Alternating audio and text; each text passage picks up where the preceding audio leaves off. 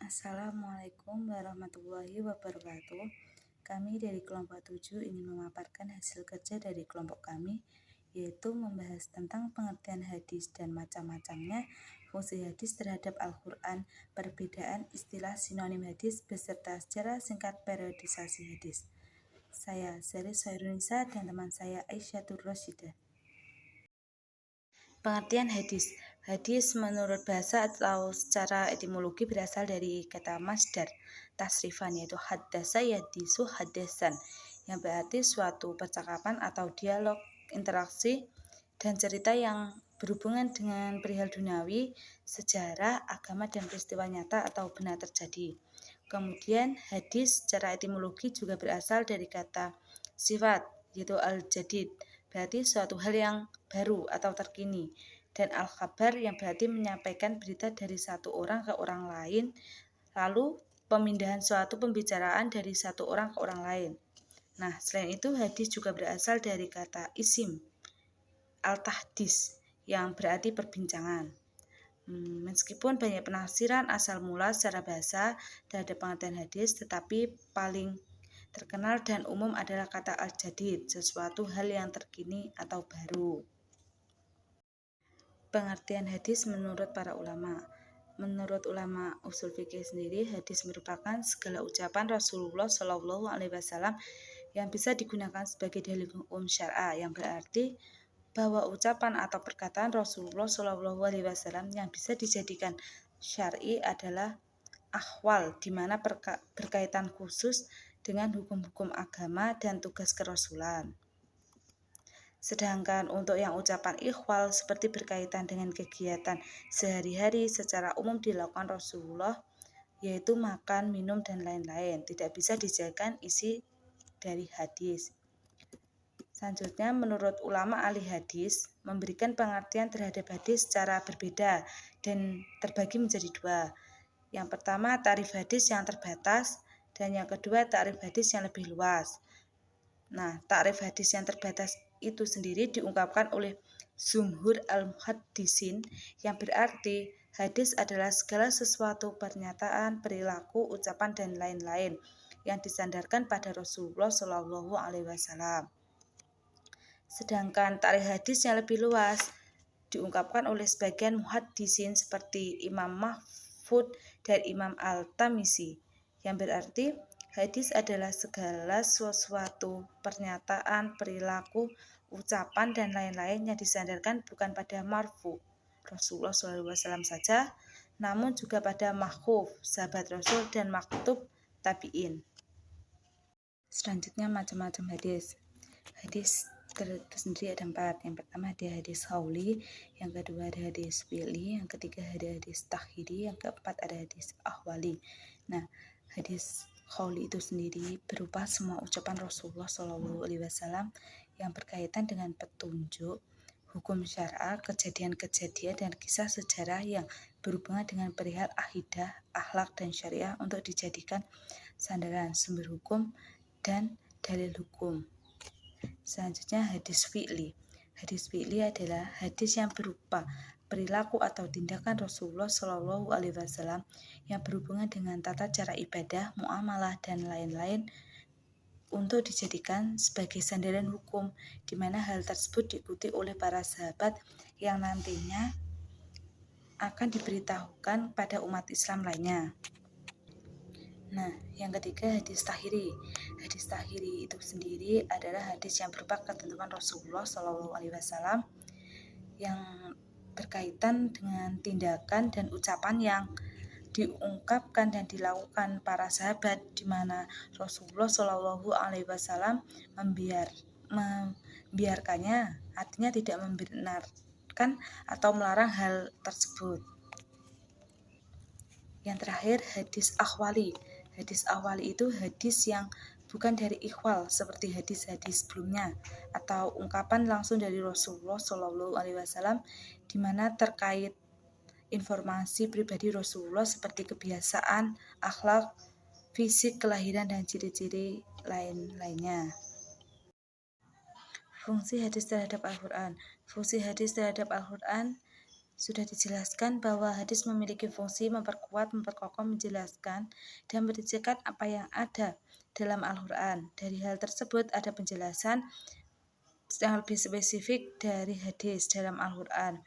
Hadis itu sendiri merupakan sumber hukum dan dalil hukum. Kedua yang disepakati setelah Al-Quran, itu artinya hadis memiliki kedudukan kedua dan peran penting yang berkaitan dengan Al-Quran.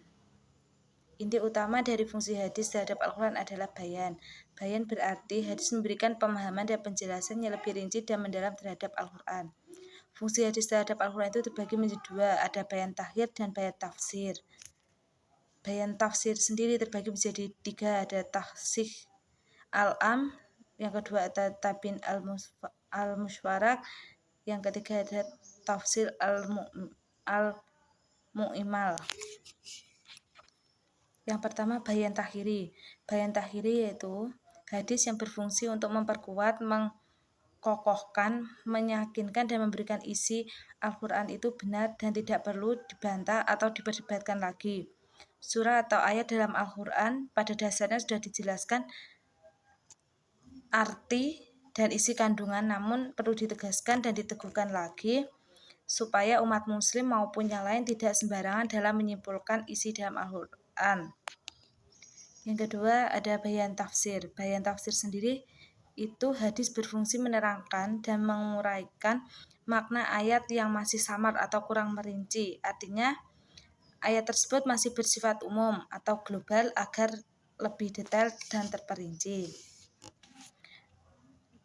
Bayan tafsir tersebut kan dibagi menjadi tiga, ada tafsir al-am. Tafsir al-am itu sendiri yaitu hadis yang berfungsi menerangkan untuk pengecualian dan pengkhususan dalam ayat Al-Quran yang memiliki makna umum. Yang kedua ada tabyin al-musytarak, yaitu hadis yang berfungsi menerangkan arti atau makna kata dalam Al-Quran yang bersifat ganda atau memiliki arti banyak. Yang terakhir ada tafsir al-mujmal. Tafsir al-mujmal yaitu fungsi menerangkan arti atau makna ayat Al-Quran yang masih umum. Baik, di sini saya Aisyah Rosida. Saya akan menjelaskan materi selanjutnya, yaitu tentang perbedaan istilah sinonim hadis. Nah, sinonim hadis ini dibagi menjadi tiga, yaitu sunnah, khobar, dan atsar. Baik, pertama saya akan menjelaskan tentang sinonim hadis sunnah. Sunnah sendiri secara etimologi atau secara bahasa berarti suatu jalan yang baik atau buruk. Sedangkan menurut terminologi atau menurut istilah, sunnah adalah segala sesuatu yang dikutip oleh Rasulullah SAW. Sunnah ini identik dengan adanya kebiasaan atau tradisi yang biasa dilakukan Rasulullah dalam kehidupan sehari-hari. Nah, kebiasaan ini adalah kebiasaan yang baik dan dianjurkan untuk diikuti seluruh umat Islam. Contohnya yaitu berpuasa secara terus-menerus. Puasa ini tuh sifatnya dalam daud, contohnya yaitu hari Senin puasa, hari Selasa tidak puasa, hari Rabu puasa, dan hari Kamis tidak puasa, seperti itu. Jadi sifatnya selang-seling.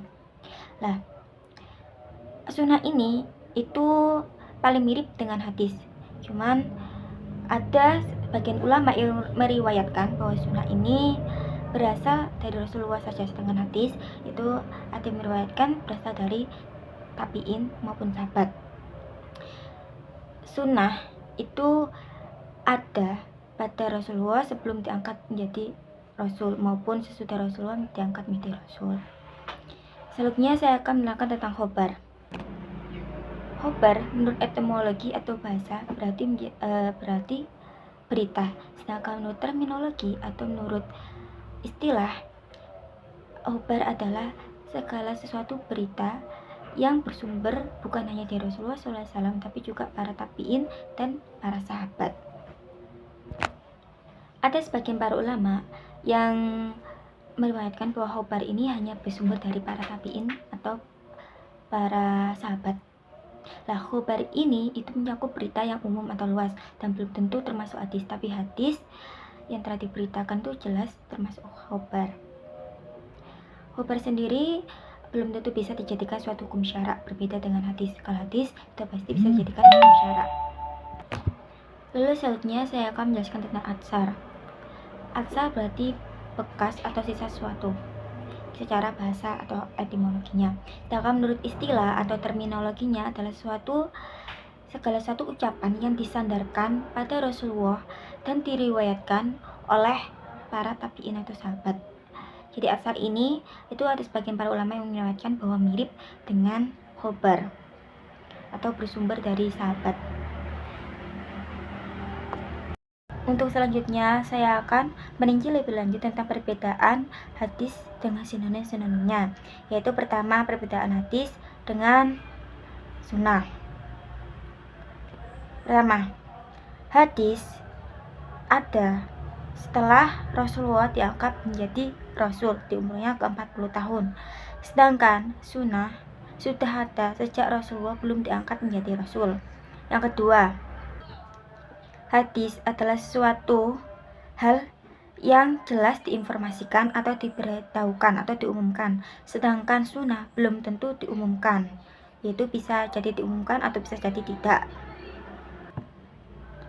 Hadis lebih condong pada ucapan, perilaku atau ketetapan yang dilakukan Rasulullah atau sengaja memang dilakukan oleh Rasulullah. Sedangkan untuk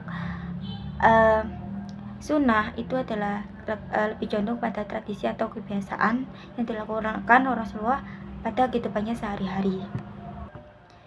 Jadi hadis ini mencakup hal-hal tertentu, sedangkan untuk sunnah itu hal yang lebih luas. Yang keempat, hadis sudah pasti dicetuskan untuk menjadi hukum syara, sedangkan sunnah belum tentu dijadikan hukum syara. Baiklah, selanjutnya saya akan menjelaskan tentang perbedaan hadis dengan sinonimnya, yaitu khobar. Pertama, yaitu hadis sudah pasti khobar, tetapi khobar belum tentu hadis. Jadi segala sesuatu yang memuat pada isi hadis itu sudah pasti adalah sebuah khobar, tapi khobar belum tentu hadis. Yang kedua, yaitu hadis lebih ke arah hal-hal tertentu, sedangkan khobar itu lebih ke arah hal yang umum atau mencakup hal-hal yang luas. Jadi bahasannya itu bisa mencakup hal yang luas, sedangkan kalau hadis itu sudah disaring mana yang kiranya bisa dijadikan hukum syara. Yang ketiga, yaitu menurut pendapat bagian para ulama, hadis itu lebih condong pada segala sesuatu yang bersumber dari Rasulullah, sedangkan khobar itu lebih condong pada segala sesuatu yang berasal dari para sahabat dan tabi'in. Untuk selanjutnya yaitu perbedaan tentang hadis dengan sinonimnya, yaitu atsar. Sebenarnya atsar sendiri ini lebih condong mirip pada khobar, cuman perbedaannya hanya saja atsar untuk mauquf dan khobar untuk marfu. Selanjutnya saya akan menjelaskan tentang sejarah singkat periodisasi hadis. Hadis muncul setelah Rasulullah diangkat menjadi Rasul pada usia ke-40 tahun. Saat itu Rasulullah menyuruh para sahabat, keluarganya, dan tabi'in, kerabat terdekatnya untuk memperhatikan hadis-hadis yang dibawa olehnya dan menghafalkannya juga. Nanti hadis tersebut akan menjadi sumber ajaran pertama setelah Al-Quran yang akan diwariskan atau diturunkan dan diajarkan pada generasi selanjutnya. Hadis ini pada masa Rasulullah belum dibukukan karena pada masa itu takutnya hadis akan bercampur dengan ayat-ayat Al-Quran, karena saat itu juga ayat Al-Quran belum dibukukan. Akhirnya hadis hanya dipelajari dan dihafalkan oleh para keluarga Rasulullah, sahabat, dan tabi'in. Selain itu juga pada masa itu hadis belum juga dicatat, artinya belum banyak para kerabat, keluarga atau sahabat Rasulullah yang mencatat hadis-hadis yang disampaikan oleh Rasulullah. Ada salah satu sahabat yang mencatat hadis-hadis tersebut, yaitu sahabat Ali bin Abi Thalib. Lalu pada masa Khulafaur Rasyidin hadis ini berkembang, artinya mulai ada pembelajaran tentang studi hadis sendiri, yaitu mengkaji lebih mendalam, dan juga muncul para ulama-ulama yang khusus di bidang hadis. Nah, pada saat itu hadis masih dicatat, belum dibukukan, dan hadis dipelajari lebih mendalam. Lalu pada masa pertengahan atau pada masa Bani Umayyah, hadis ini mulai dibukukan. Hal tersebut dikarenakan saat itu banyak sekali para ulama atau tabi'in yang meninggal, yang notabene sebagai penghafal hadis. Jika nanti hadis tidak ada yang menghafalkan, maka tidak akan menurunkan pada generasi selanjutnya. Sehingga pada saat itu pemimpin pada masa Bani Umayyah menyuruh untuk membukukan hadis. Lalu pada masa Abbasiyah, hadis ini berkembang menjadi studi ilmu hadis sendiri. Artinya ada ilmu yang memang pelajari khusus dalam bidang hadis, dan juga ada perkembangan sekolah-sekolah yang juga mempelajari bidang hadis. Lalu pada generasi selanjutnya juga hadis selalu berkembang sampai dengan sekarang, dan muncul para perawi-perawi yang handal, khususnya yaitu para perawi yang meriwayatkan dari hadis yang sahih. Itu saja yang bisa saya sampaikan. Bila ada salahnya, kami dari kelompok 7 mohon maaf. Wassalamualaikum warahmatullahi wabarakatuh. Terima kasih.